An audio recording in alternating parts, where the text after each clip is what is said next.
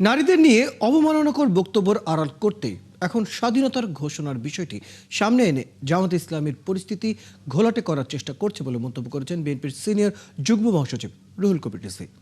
দুপুরে নয়াপল্টনের দলীয় কার্যালয়ে পবিত্র শবে বরাত উপলক্ষে দোয়া ও মিলাদ মাহফিলে একথা বলেন তিনি।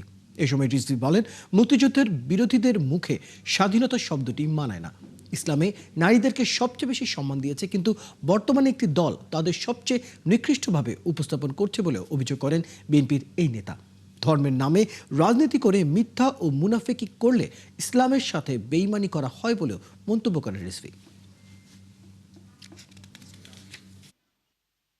ধর্মের নামে রাজনীতি করে ব্যবসা করে নিজের ফায়দা লুটবেন, তখনই কিন্তু সমাজে পাপ পঙ্কিলতা বৃদ্ধি পাবে।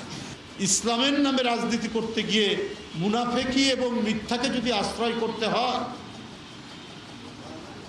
তাহলে আপনারা ইসলামের সাথেই বিশ্বাসঘাতকতা করছেন। আমির সাহেব তার এই যে নারীদের প্রতি অবমাননামূলক বক্তব্যের জন্য সারা দেশে যে তীব্র প্রতিক্রিয়া সৃষ্টি হয়েছে, সেটিকে এখন ডাইভার্ট করার জন্য তিনি এখন স্বাধীনতার ঘোষক নিয়ে কথাবার্তা বলছেন।